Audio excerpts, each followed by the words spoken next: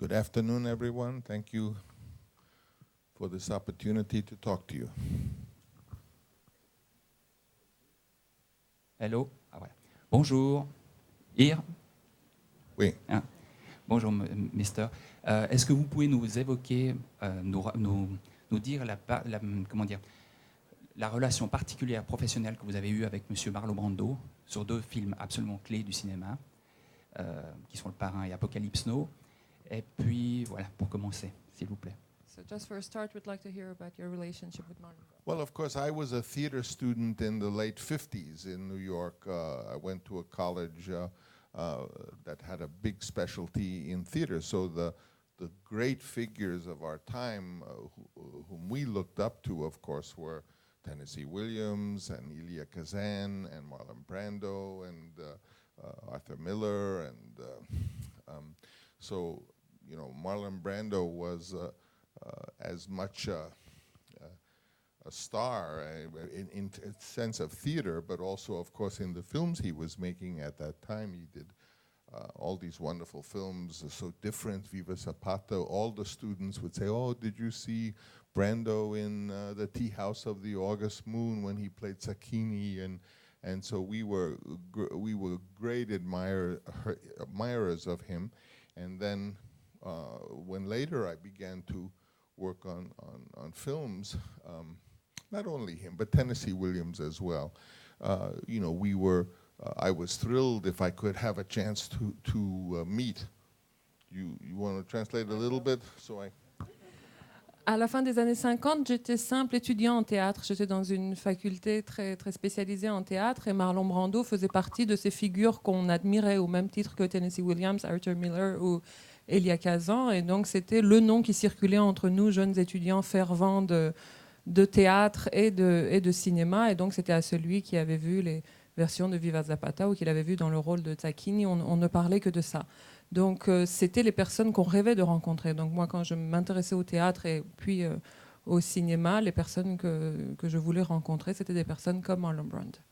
One of my first screenplays that I was able to write as a professional screenwriter was Reflections in a Golden Eye. And I remember I suggested that they have Brando play that part. But, of course, I was very young and unimportant. But he did play that role. So later, when I wrote the script for The Conversation, which was before The Godfather, I thought Marlon Brando would be perfect for that part, and he ultimately turned it down. But you know, everyone knew that The Godfather book was growing in popularity. So, but he had made a film with Pontecorvo called Quemada, and had a very bad reputation among the studios as someone who was difficult. The first time I saw Brando was when he was shooting Mutiny on the Bounty. Though as a student, I visited the set and I saw him, and I was very impressed to see the real Marlon Brando. But when I suggested the role for The Godfather, they hated the idea. You've heard this story, so I won't bore you with it. But nonetheless, eventually we did manage to have him play the part. And my relationship with him was very without words. He liked me to bring props and little pieces of Italian cheese or Italian cigars. Or when he was shooting The Godfather, I just took a cat in the studio, put it in his hand. And he was the kind of actor who just basically incorporated whatever you did or whatever suggestion in the form of something wordless. In fact, he wore earplugs. He didn't like noise. But I found very comfortable working with him because you didn't have to talk a lot about your ideas. You just made suggestions in the form of what you made available to him. Et donc, en fait, finalement, le tout premier scénario que j'ai pu écrire en tant que jeune auteur de cinéma, ça a été Reflet dans un œil d'or. Et c'est à Brando que j'avais pensé pour qu'il le tourne. D'ailleurs, même aussi, encore avant Le Parrain, pour Conversation secrète, j'avais aussi l'idée qu'on lui soumette le scénario et qu'il le joue. Mais ça, il ne l'a pas fait. Et donc, c'est Après le parrain, comme vous le savez, je m'y suis intéressée à partir du moment où le livre commençait à avoir de plus en plus de reconnaissance et de popularité, mais Brando avait très mauvaise réputation à l'époque. Je me souviens que la première fois que je l'ai rencontré, c'est que j'ai pu me rendre sur le tournage des Révoltés du Bounty, et je l'avais vu là, et je l'avais trouvé aussi impressionnant que sa réputation le laissait entendre. Et donc, finalement, bon, je ne vais pas vous refaire l'histoire du parrain. Vous savez qu'au début, ça a été très mal perçu et qu'il n'en voulait absolument pas. Mais j'ai réussi à l'intégrer dans ce projet.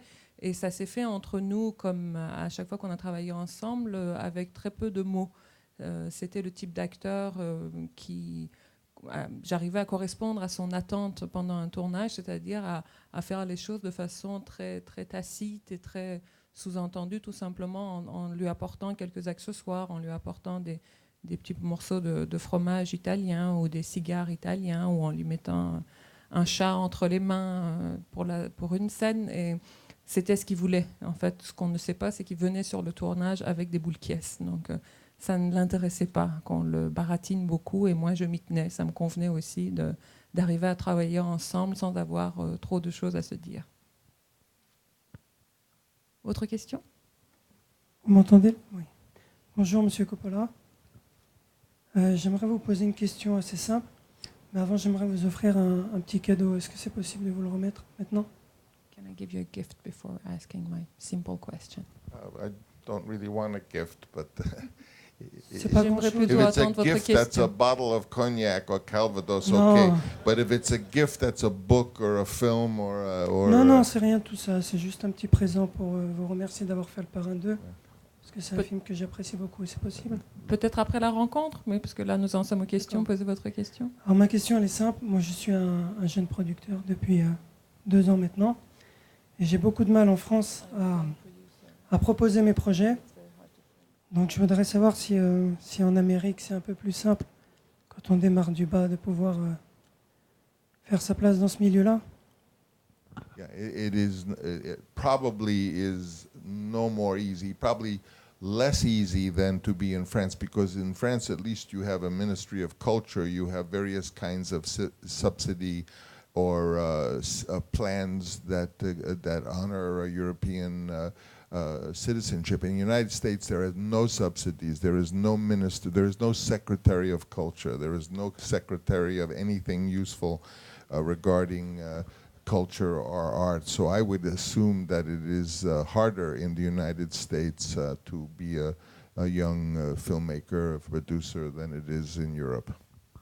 Je crains que ce soit encore plus difficile aux États-Unis que ça ne l'est en France ou en Europe, parce que vous, au moins, vous avez un ministère de la Culture, vous avez des organismes, des institutions qui sont censées prendre soin et soutenir les jeunes artistes qui veulent travailler dans le cinéma, que ce soit des réalisateurs ou des producteurs.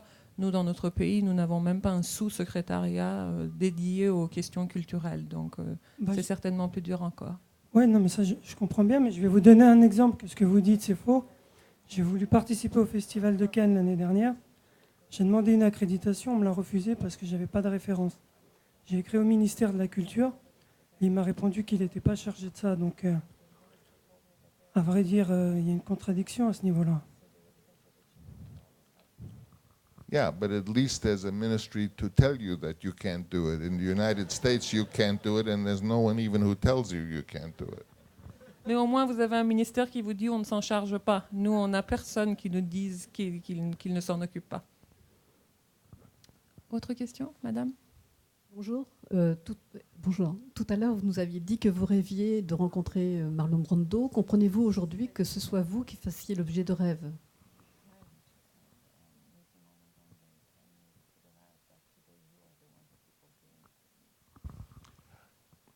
You know, it's interesting because I realized that Marlon Brando was very famous and more than famous, because he was also a beautiful young man, since he was 25 and 26. And so that fact seemed to permeate his personality. You know, he was aware of how he was important to other people, and they wanted to invite him to their house so that other people could see they knew him. And and I realized that that was part of his personality, having been so famous for so long. For me, you know, I was always, it seemed to me in my long career, I was also very young, but it seemed to me that I was always in big trouble. I was always in a controversy. They were making fun of movies like Apocalypse Now, and they're calling me a megalomaniac. And, you know, it seemed to me that my career was not so steadily towards success. I failed my way into success. Je dirais que c'est différent, parce que quelqu'un comme Marlon Brando, il faut se rendre compte qu'en fait, il a été extrêmement aimé et admiré dès l'âge de 25 ans. C'était un très bel homme. Donc ça, c'est quelque chose qui prévalait même sur son talent ou sur la carrière qu'il a pu avoir. C'était quelqu'un que tout le monde voulait connaître et tout le monde voulait faire savoir qu'il le connaissait. Quand on était parmi les connaissances de Brando, on l'invitait pour pouvoir s'en vanter. Donc ça, c'est quelque chose qui vraiment a marqué sa carrière tout au long. C'est cette espèce de charisme et cette aura qu'il avait et cette admiration que les gens lui vouaient à plusieurs titres. Moi, je ne peux pas dire que ça a été mon cas, même si j'ai commencé très jeune. J'ai vraiment dû me battre. On s'est beaucoup opposé à moi. J'ai toujours fait l'objet de polémiques. Quand j'ai fait Apocalypse Now, je me suis fait traiter de mégalo. Donc ça n'a pas vraiment été facile. On m'a mené la vie dure et il a fallu vraiment que je me fraye un chemin vers une certaine gloire. Mr. Coppola, 2 questions about your new movie Twixt. Can you tell us a little bit about how you came up with the story, and also can you tell me a little bit about the idea of the live editing that you're planning to do with it? Well, yes. You know, a year and a half ago, seems to me, I was in some festival somewhere, and everyone was talking about Avatar and 3D. And of course, I as a young person, I was very interested in 3D in the 50s, and there were several periods in which 3D was considered the big solution to get people into the box office.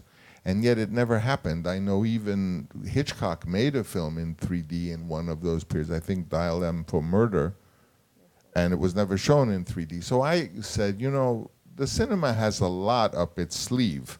I can't imagine that this beautiful form, which is so young, all it can give us now is 3D, because we've had it several times, 3D with glasses. So I began to think of, well, what can the cinema do that it hasn't done yet? And it made me realize that the question of live cinema is not yet been expressed, you know, that because movies are digital files today, it means that you can edit the movie for your audience, just as in the old days a musical group would come to town and the composer, in order to get money, would have to go with the group and conduct, otherwise he wouldn't get paid.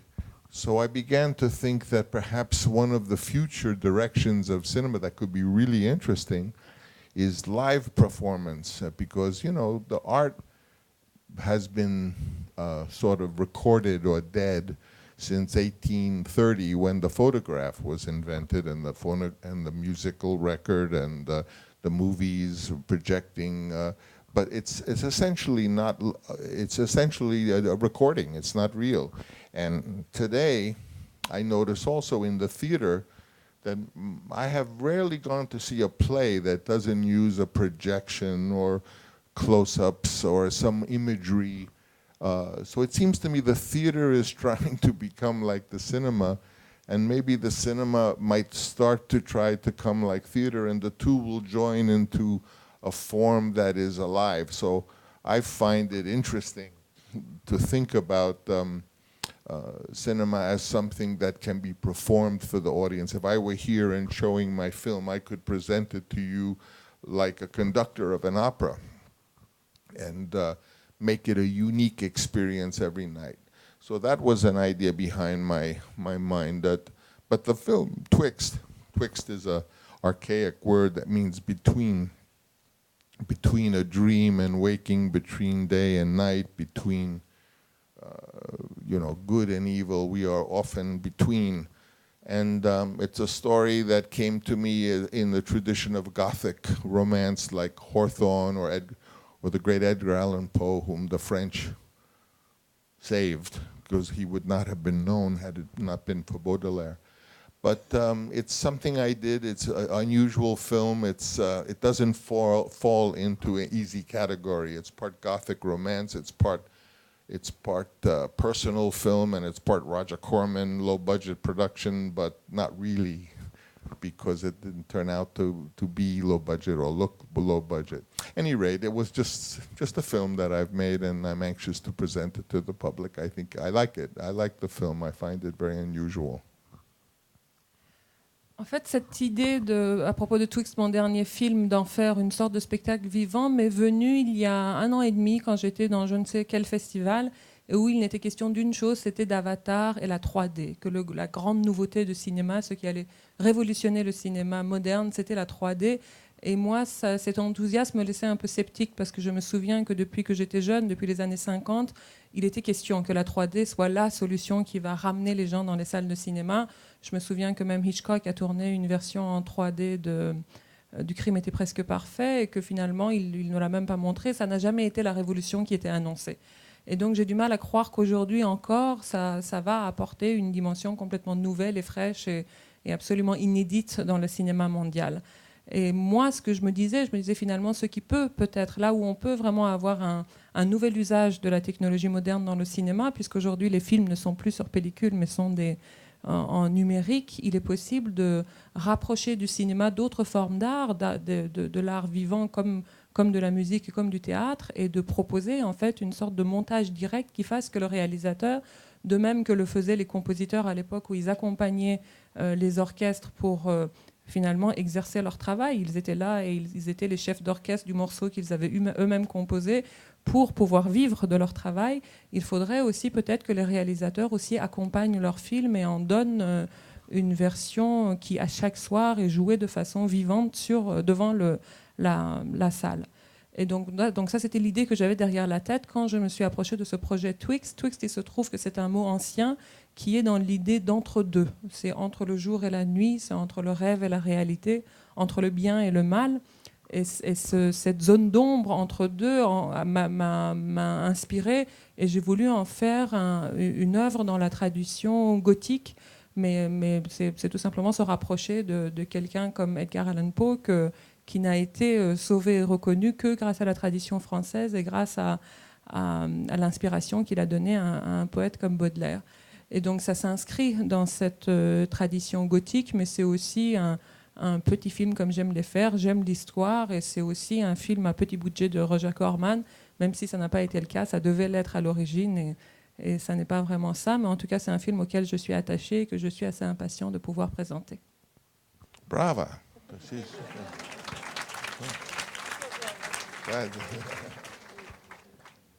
D'autres questions ? Bonjour Monsieur Coppola. Je voulais vous remercier déjà de m'avoir apporté beaucoup de bonheur pendant toute ma vie de cinéphile. Et je voulais vous poser une question assez technique. En fait, il y a pile 30 ans, vous faisiez un film qui s'appelait Coup de cœur, One from the Heart. Et vous étiez le premier à vous intéresser au cinéma, à la vidéo. Et c'était en fait à l'époque absolument pas la mode. Et vous avez été le premier à aller dans cette direction. Et aujourd'hui, tout le monde y est. C'est-à-dire que tout le monde y vient. Je voulais savoir ce que vous en pensez. Enfin, vos 3 derniers films ont été tournés en HD. Je voulais savoir quelle était votre relation avec le cinéma numérique. Et avec le recul, est-ce que vous pensez que ça a apporté quelque chose de positif, ou quels sont les excès, les choses négatives que ça a apporté également dans le cinéma ?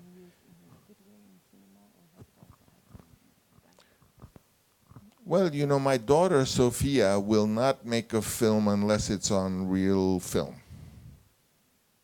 Ma fille Sophia refuse de faire un film qui ne soit pas en pellicule. And I understand that young people want to be part of the great old tradition of real film, and so they know that the time is coming to an end when you'll even be able to buy film. Et je comprends que la jeune génération ait ce souci, cette envie de se rattacher à la tradition du cinéma sur pellicule, et en sachant que ça devient presque même difficile d'acheter les films. So there is no doubt in my mind that in 5 years, maybe less, that just was what happened to your little digital camera will happen to motion pictures, and the great majority of films will be shot in a digital format.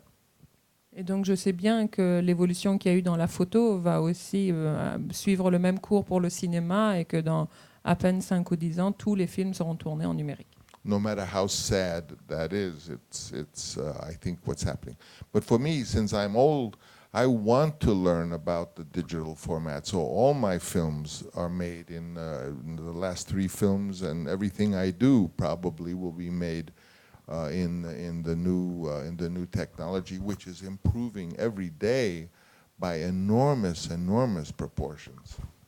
Mais moi, ça fait déjà longtemps que je travaille, donc maintenant, pour le travail qu'il me reste à faire, j'ai vraiment envie de découvrir ces nouvelles technologies, ces nouvelles possibilités qui vont en croissant. C'est incroyable de voir à quelle vitesse ces technologies s'améliorent et ouvrent des perspectives nouvelles.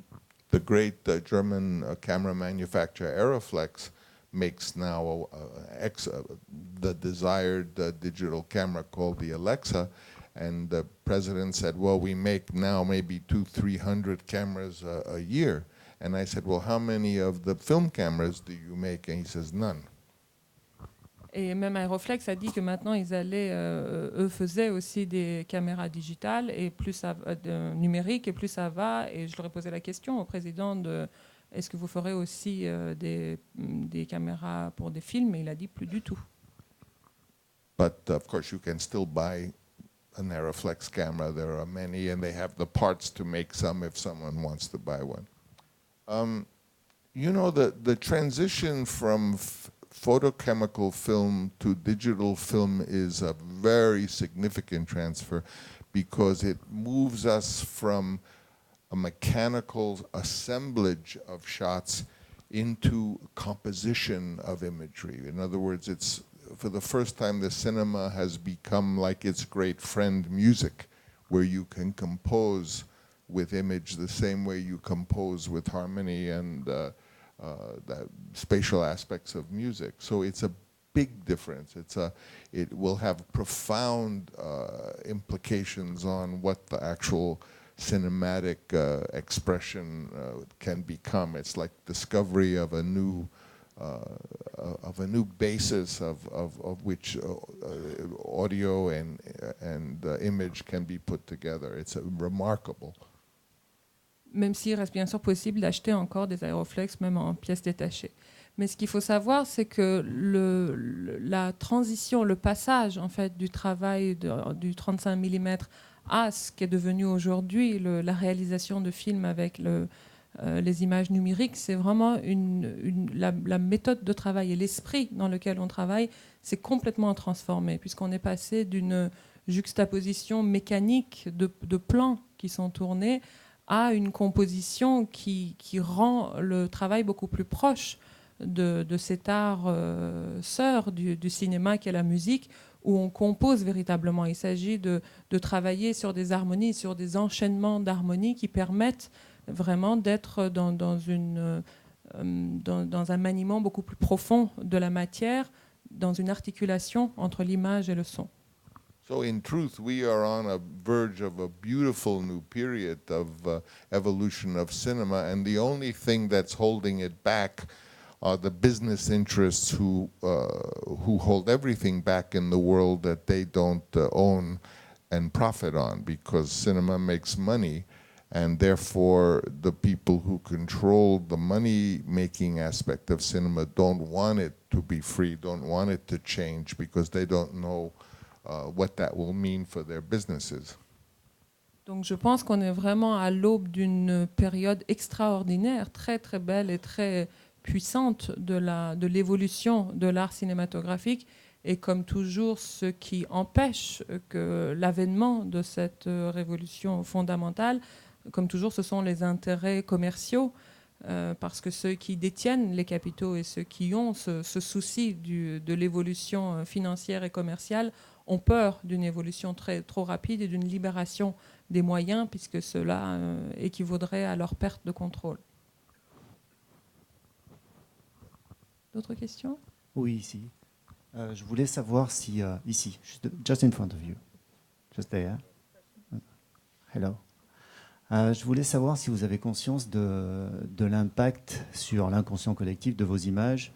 Et je pensais notamment aux images d'Apocalypse Now, en voyant les images des rebelles libyens ces dernières semaines.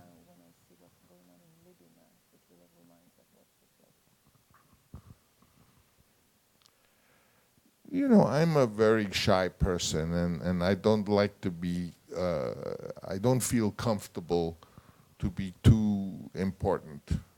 I like to be with, that's why I like children so much, because they just play with you. They don't care if you're important or not. That's why Brando liked children so much.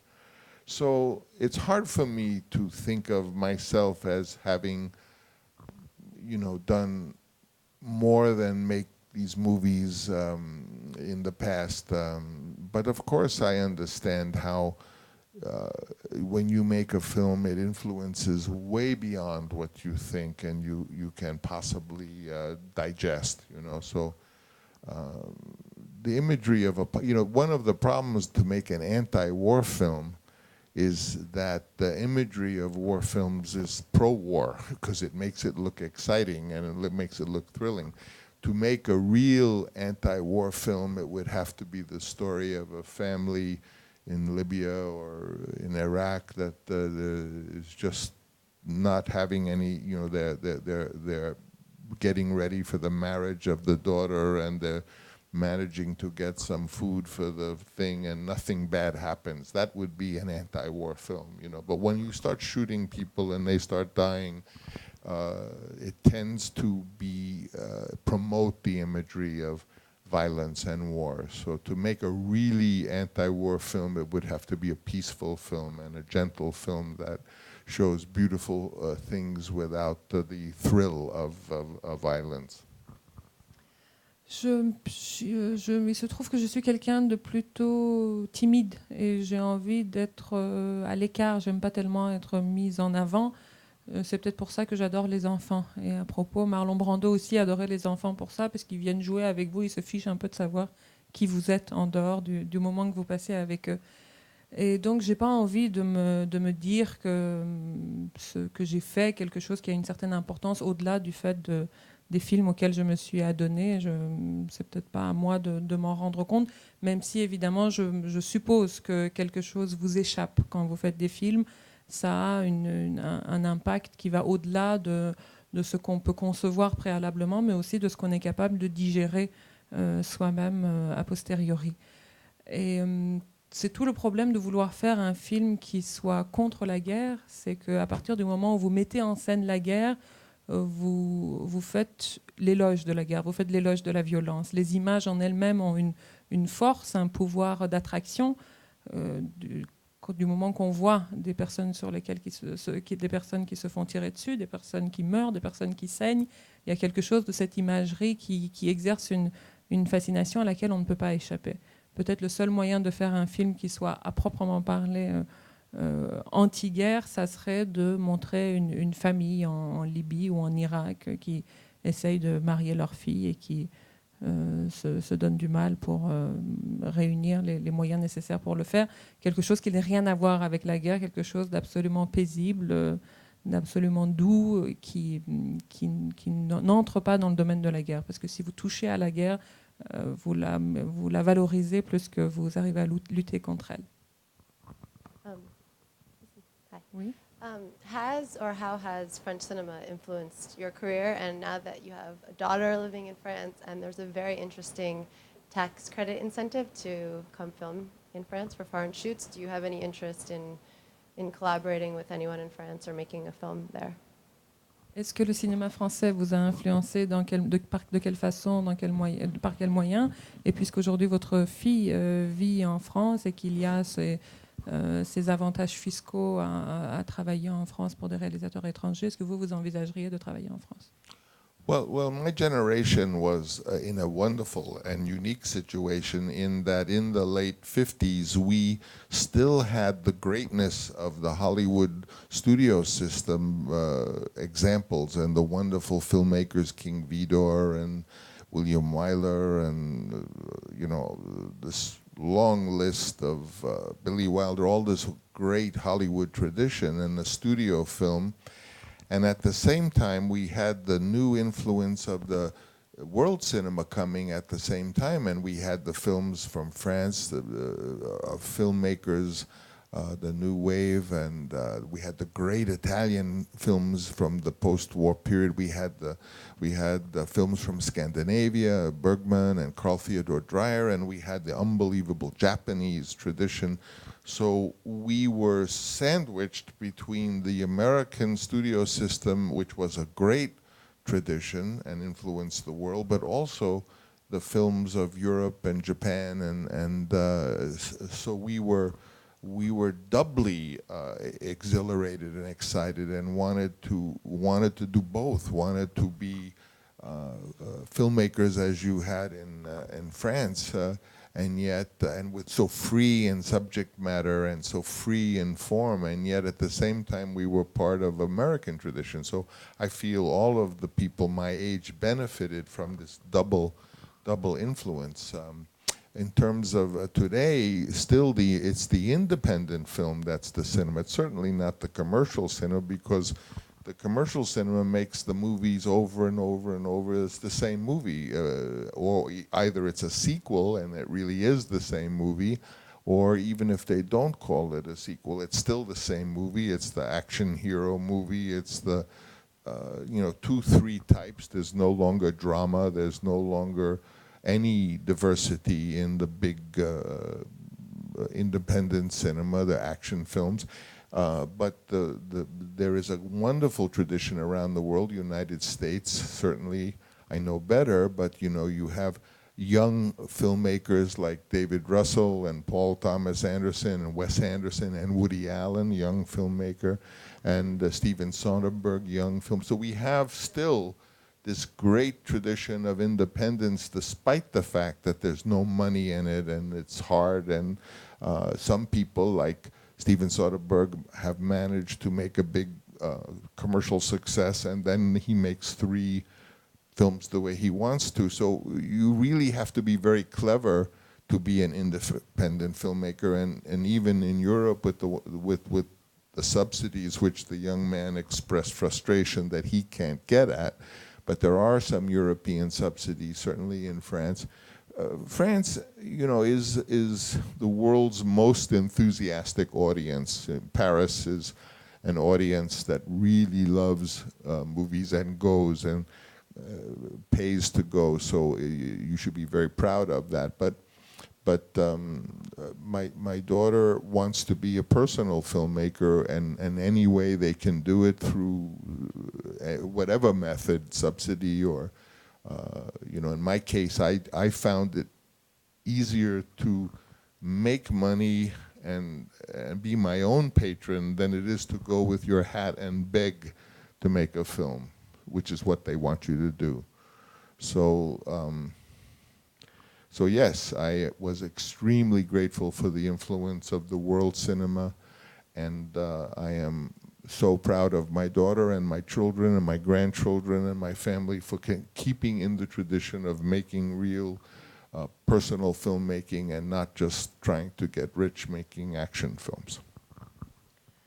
Je crois que je fais partie d'une génération bénie. Nous qui nous sommes entrés en cinéma à la fin des années 50, on s'est trouvé pris dans un double courant extrêmement bénéfique. D'une part, il y avait encore ce qui restait de l'âge d'or du cinéma hollywoodien. On bénéficiait encore des effets positifs de ceux qu'avaient fait King Vidor ou Billy Wilder, ou c'est vraiment ces grands films de studio aux États-Unis. Et d'autre part, nous arrivaient ces influences d'Europe, mais aussi du reste du monde, où on apprenait qu'un autre cinéma était possible. Nous voyons la nouvelle vague française, nous voyons le cinéma scandinave avec Bergman ou Dreyer, nous voyons ces films qui nous arrivaient du Japon, et donc on était très inspirés par ce cinéma venu d'ailleurs, tout en voulant nous nous montrer à la hauteur de ce qu'offrait le cinéma américain. Donc il y avait cette liberté de forme et cette liberté de thème qui nous était inspirée par l'étranger, et puis la force du cinéma hollywoodien. Et il s'agissait pour nous vraiment d'arriver à construire notre propre veine dans un cinéma indépendant. C'est vraiment encore aujourd'hui ce qui reste d'intéressant à travers le monde, c'est le cinéma indépendant. Le cinéma commercial ne fait que le même film finalement. Parfois c'est assumé, on appelle ça des suites, et d'autres fois on n'appelle pas ça des suites, et pourtant c'est toujours le même film. Il y a à peu près peut-être 2 ou 3 genres, et encore on ne peut pas vraiment parler de genre puisque les grands drames n'existent plus. Ce sont des films par catégorie extrêmement prévisibles, et c'est toujours le même film qui est tourné. Or, il existe un cinéma indépendant qui a su se nourrir de ces traditions multiples. Il existe aux États-Unis, donc nous avons Wes Anderson, nous avons un jeune cinéaste comme Woody Allen, nous avons quelqu'un comme Soderbergh qui apprend à naviguer entre ce que peut lui apporter le cinéma commercial en faisant de grands succès, et puis après en retournant sur des films plus personnels. Et finalement, c'est ça l'enjeu véritable pour les jeunes cinéastes aujourd'hui, c'est d'arriver à faire leurs propres films, de faire des films personnels. Donc vous évoquez la difficulté de percer ici, mais au moins il existe dans des pays comme la France cette possibilité de percevoir des aides et des subventions pour arriver à travailler, à produire un travail personnel en dehors du courant commercial. Ce qui est là, c'est beaucoup plus difficile à obtenir dans un pays comme le nôtre. Et la France, c'est vraiment le pays de la cinéphilie. C'est Paris est vraiment là où encore nous rencontrons notre public, et où les gens sont assidus, vont dans les salles, payent leur place. Et je crois qu'à ce titre, les Français peuvent s'enorgueillir d'être le pays de la cinéphilie à travers le monde. Et moi, je suis très fière de ma fille, de mes enfants, de mes petits-enfants, d'être restés dans ce souci de faire ses propres films, de faire des films personnels. C'est ce qu'essaye de faire Sophia. Alors il existe ce système d'aide en France. Moi, j'ai toujours été plus à l'aise avec le fait de gagner de l'argent, et après de ne rendre compte qu'à moi-même, d'arriver à faire mes films avec mon propre argent, mais que ce soit par ce moyen ou par les moyens d'aide de l'État, ce qui compte, c'est d'arriver à faire un cinéma indépendant et personnel. Madame ? Oui. En fait, non, c'est moi, pardon. Où êtes-vous ? Je suis là. Ici. Voilà. Oui, en 1979, avec Apocalypse Now, vous avez un peu réalisé le film emblème de toute une génération marquée par le traumatisme de la guerre du Vietnam. Et dans quelques jours, en fait, nous allons fêter le triste anniversaire